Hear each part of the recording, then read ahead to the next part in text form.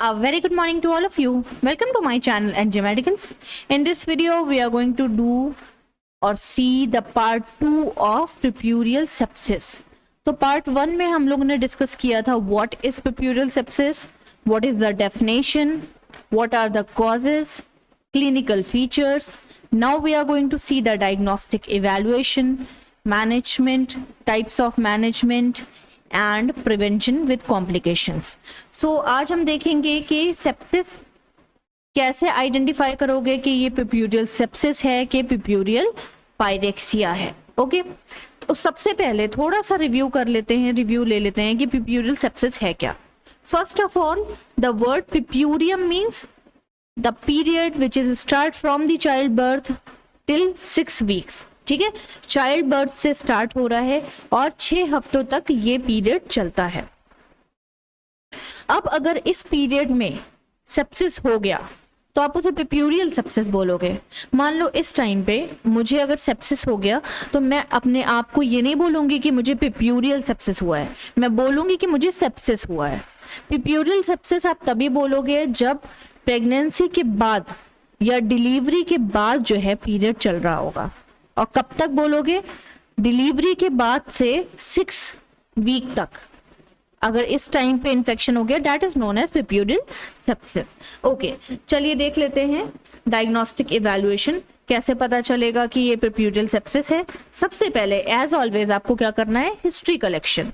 तो history collection में वो सारी चीजें आपको पूछनी है, जैसे कि पास्ट हिस्ट्री, जैसे कि एंटीनेटल पीरियड के टाइम पे क्या क्या प्रॉब्लम्स आई थी, इंट्रानेटल पीरियड के टाइम पे क्या क्या प्रॉब्लम्स आई थी, एंड पोस्टनेटल पीरियड के टाइम पे क्या क्या प्रॉब्लम्स आ रही हैं. फॉर एग्जाम्पल, अगर एंटीनेटल की बात करें तो हो सकता है कि मदर एंटीनेटल पीरियड में यानी कि ड्यूरिंग प्रेगनेंसी माल नरिश्ड हो, ठीक है, एनीमिक हो, या हो सकता है डायबिटिक पेशेंट हो मदर, है ना, एनीमिया.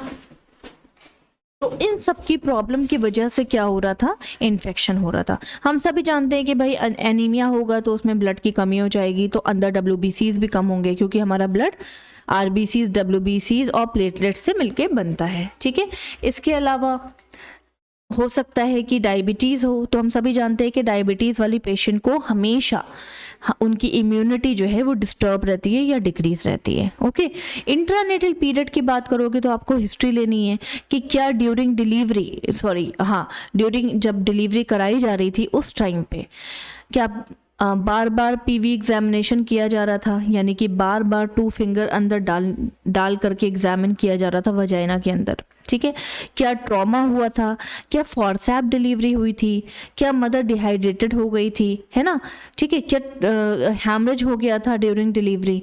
तो ये सारी चीज़ों की वजह से क्या होगा? अंदर इन्फेक्शन बढ़ने के चांसेस इंक्रीज हो ही जाएंगे. ठीक है, नेक्स्ट है आपका पोस्टनेटल की. अगर आप बात करो तो आप हिस्ट्री लोगे कि अभी के टाइम पे सिजेरियन सेक्शन में कहीं ऐसा तो नहीं कि जो सूचर्स लगे वहाँ पे इन्फेक्शन हो गया हो, या एपिजियोटमी हुआ है तो वहाँ पर जो सूचर लगे थे वहाँ पे कोई पस फॉर्मेशन हो गया हो, या वजाइना में कोई इन्फेक्शन या UTI तो नहीं हो गया है उनको. ये सारी चीज़ें आपको पूछ लेनी है. नेक्स्ट आ जाते हैं फिजिकल एग्जामिनेशन. तो सबसे पहले एज ऑलवेज हमें फिजिकल एग्जामिनेशन में वाइटल साइन चेक करना होगा. ऑब्वियस सी चीज़ है कि टेम्परेचर आपको इंक्रीज मिलेगा क्योंकि इन्फेक्शन हुआ है.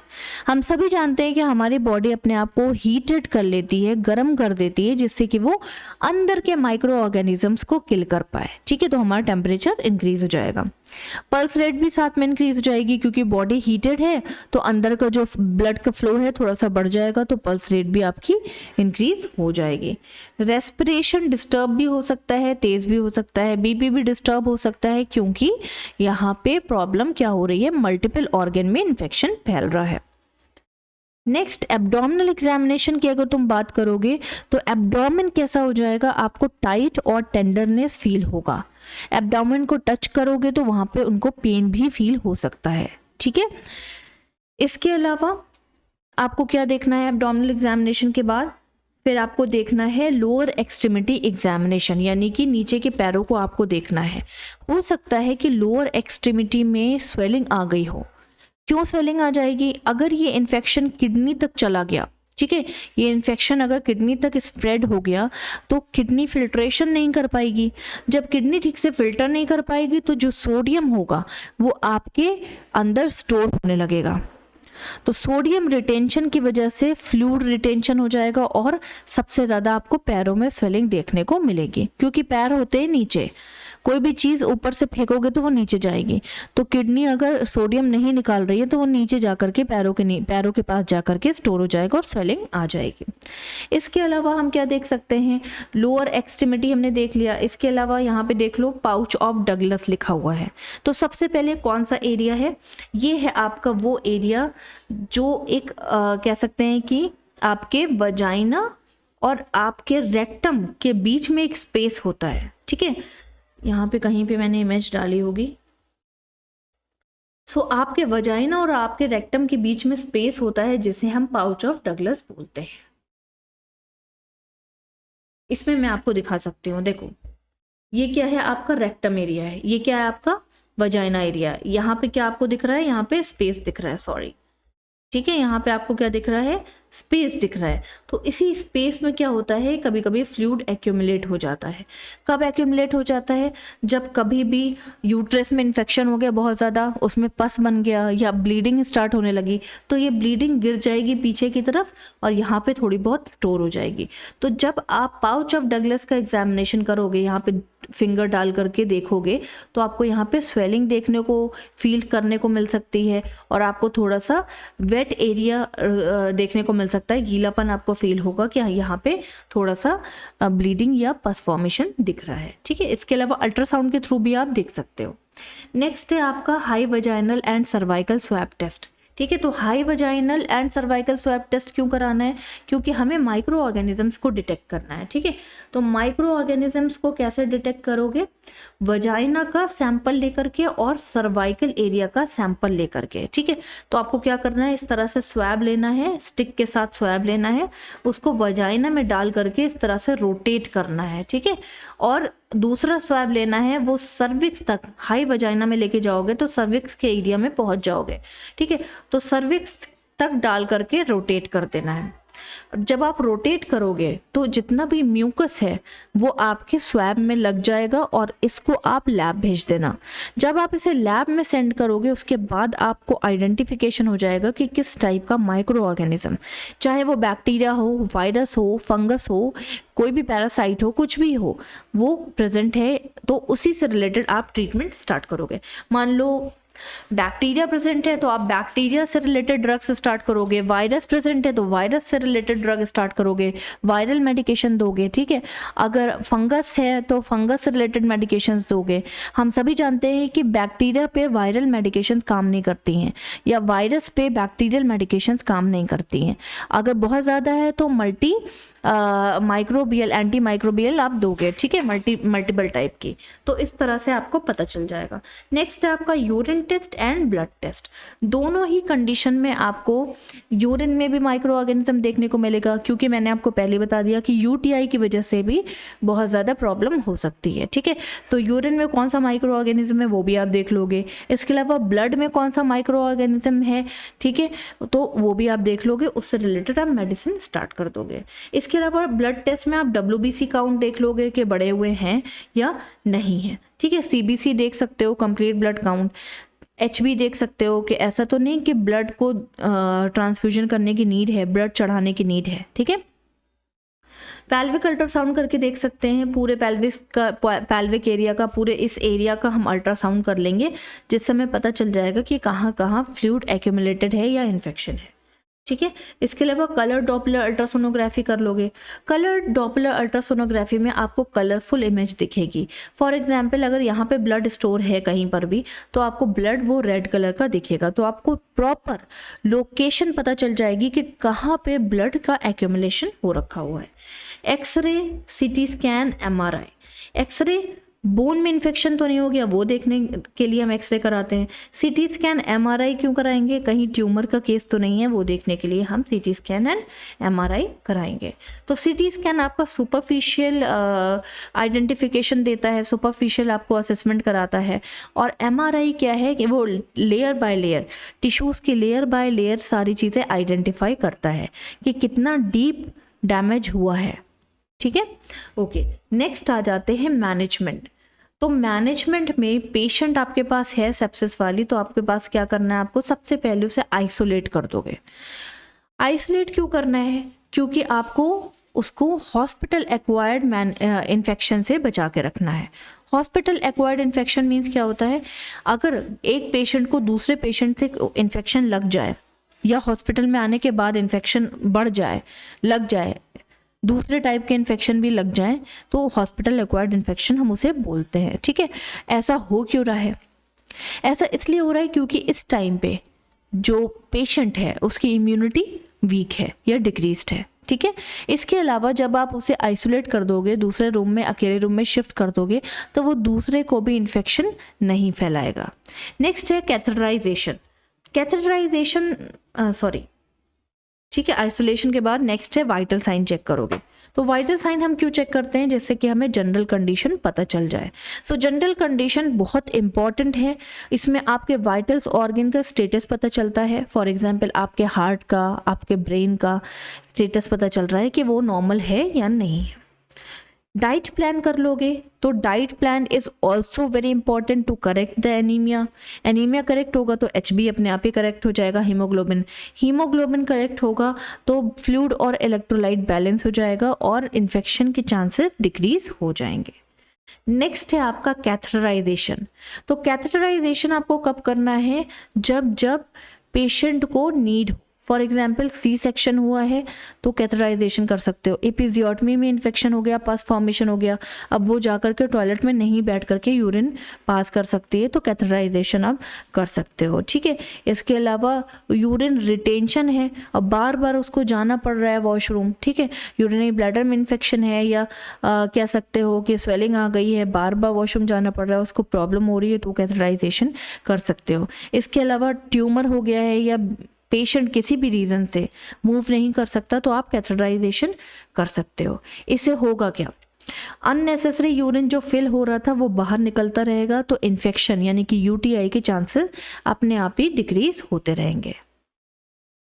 नेक्स्ट है fluid and electrolyte balance.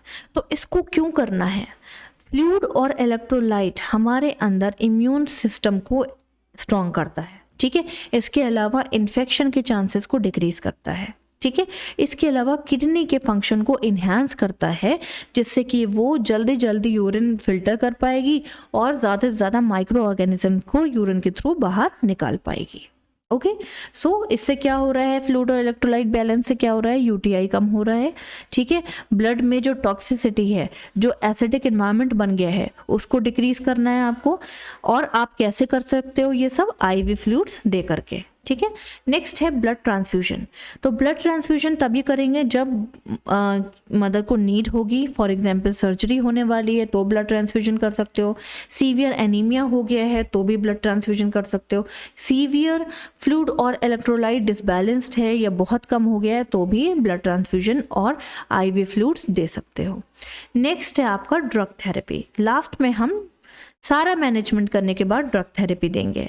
Last में क्यों देंगे, क्योंकि पहले हम नॉर्मल चीज़ों से दे करके पेशेंट को ठीक करने की ट्राई करते हैं, एंड इसके बाद अगर वो ठीक नहीं होता है या उनको ड्रग की नीड होती है, देन हम ड्रग थेरेपी प्रोवाइड करते हैं। फर्स्ट ऑफ ऑल है ब्रॉड स्पेक्ट्रम आपका जेंटामाइसिन। ये बैक्टीरियल इन्फेक्शन को डिक्रीज करने का काम करता है, इसके अलावा किल करने का भी काम करता है। नेक्स्ट है आपका क्लिंडामाइसिन। ये भी आपकी एंटीबायोटिक है। इसका काम क्या है कि ये बैक्टीरियल ग्रोथ को स्लो करने का काम करती है, और जैसे जैसे स्लो ग्रोथ होगी वैसे वैसे decrease the number of bacteria automatically हो जाएगा। नेक्स्ट है आपका मेट्रोनिडाजोल। तो इसको हम शॉर्ट फॉर्म में मेट्रोजेल भी बोलते हैं। ये एक एंटीबायोटिक है। मेनली ये वजाइनल इन्फेक्शन के लिए दी जाती है या पूरे PID के लिए दी जाती है, that is pelvic inflammatory disease. Vagina के आसपास जितने भी एरिया हैं अगर उसमें इन्फेक्शन है तो मेट्रोनिडाजोल ज़रूर हम ऐड करते हैं। इसके अलावा इसका मेन फंक्शन क्या है कि स्टॉप करती है आपके बैक्टीरियल ग्रोथ को। नेक्स्ट आ जाते हैं सीवियर कंडीशन की या सीवियर केसेस की बात करते हैं। तो सीवियर केसेस में टोजोबैक्टम और पेप्रासिलिन का कॉम्बिनेशन आप दे सकते हो। देखो इन तीनों का कॉम्बिनेशन में कोई एक आपको फॉलो करना है, ठीक है। तो पेप्रासिलिन और टोजोबैक्टम दोनों मिलकर के बैक्टीरिया के DNA को रोकती हैं और बैक्टीरिया को किल करने का काम करती हैं, ठीक है। इसलिए इन्हें हम सीवियर कंडीशन में देते हैं। सेम चीज़ ये दोनों भी कर रही हैं, ठीक है, और सेम चीज़ ये दोनों भी कर रही हैं। डिपेंड करता है कि कौन से पेशेंट को कौन सी दी जाएगी। इसके अलावा वैंकोमाइसिन जो है इसका एक और काम है कि अगर UTI हो गया है और इंटेस्टाइन में इन्फेक्शन फैल गया है तो वैंकोमाइसिन हम ज़रूर ऐड करते हैं। वैंकोमाइसिन का मेन काम क्या है कि ये इंटेस्टाइन के इन्फेक्शन को या माइक्रो ऑर्गेनिजम्स को डिक्रीज या किल करने के लिए ट्राई करती है। ओके, तो ये थे आपके ड्रग थेरेपीज। यहाँ पे देख लीजिए ये सारे ड्रग्स थे जो मैंने आपको बता दिए हैं। नेक्स्ट आ जाता है नर्सिंग मैनेजमेंट। तो एज अ नर्स आपका क्या काम है, पेशेंट अगर आपके पास इस तरह का आता है तो आप क्या करोगे। तो सबसे पहले आपको क्या करना है, assess the general condition of the patient, ठीक है। तो पेशेंट कैसे आया है, कैसे आपने उसको रिसीव किया है, वो ठीक है कि नहीं ठीक है, स्टेबल है कि नहीं स्टेबल है, देखना है आपको।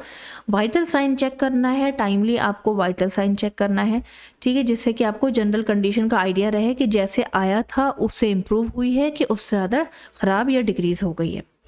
फिर बात देना है, ये एक तरह का हीट कंप्रेशन होता है जो कि हम इस तरह से टब में देते हैं। इसमें है वार्म वाटर।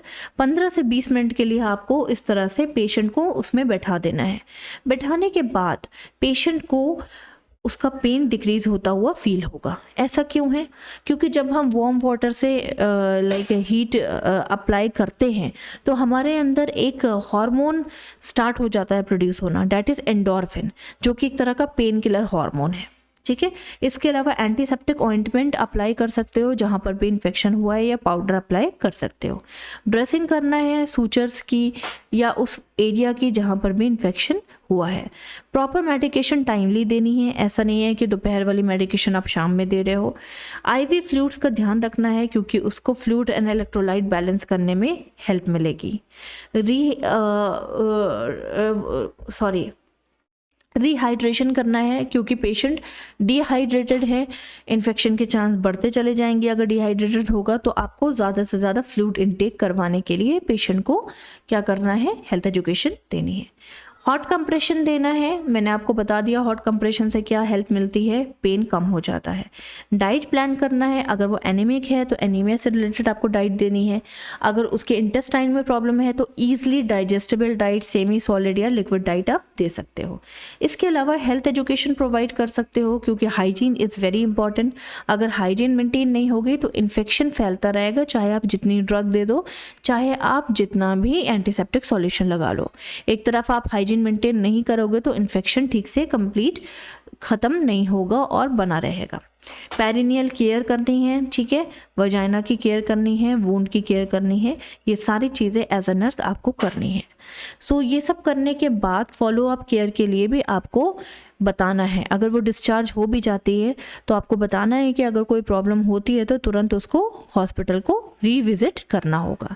सो ये थे हमारा कंप्लीट पार्ट 2 में सब कुछ, management, diagnostic, evaluation, nursing management, ठीक है। प्रिवेंशन में आप क्या प्रिवेंटिव मेजर्स कर सकते हो, सिंपली आपको बोलना है कि अर्ली डिटेक्शन करवाती रहेंगी। हर 6 महीने में उनको अपना होल बॉडी चेकअप करवाना है जो कि बहुत इंपॉर्टेंट है। हाइजीन इज़ वेरी इंपॉर्टेंट क्योंकि हाइजीन जब आप मेंटेन नहीं करोगे, ठीक है, अगर आपकी इम्यूनिटी कम है तो आपको इन्फेक्शन फिर से हो सकता है। अगर आप डायबिटिक हैं, आपको बताना है कि डायबिटिक हैं तो आपको अपनी शुगर लेवल भी मेंटेन करके रखनी होगी क्योंकि ऑटोमेटिकली डायबिटिक पेशेंट का जो होता है ना स्टेटस इम्यून सिस्टम का, वो वीक होता है, ठीक है। तो ये सारी चीज़ें एज अ प्रिवेंशन आपको करनी है। आई थिंक आपको क्लियर हुआ होगा। If you are having any doubt please ask me in a comment box. Till then bye bye, take care, have a nice day.